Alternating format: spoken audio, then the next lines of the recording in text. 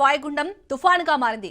ఈ ఉదయం తుఫాన్గా మారిన తీవ్ర వాయుగుండం మలక్కా జలసంధి ప్రాంతంలో కదులుతుందని ఏపీ విపత్తుల నిర్వహణ సంస్థ తెలిపింది. ఈ తుఫాన్కి సెన్యార్గా నామకరణం చేసినట్లు పేర్కొంది.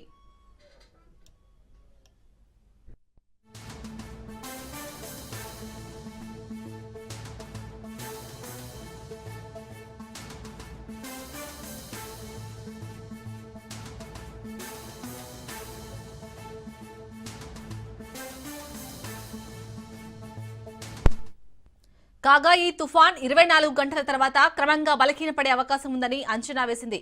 పశ్చిమ దిశగా కదులుతున్న తుఫాన్ ఇండోనేషియా తీరం వైపు వెళ్లనుంది. ఈ తుఫాన్ భారత్పై ప్రభావం చూపే అవకాశం లేదని నిపుణులు అంచనా వేస్తున్నారు. మరోవైపు నైరుతి బంగాళాఖాతంలో దక్షిణ శ్రీలంక, హిందూ మహాసముద్రం మీదుగా అల్పపీడనం కొనసాగుతుందని పేర్కొంది.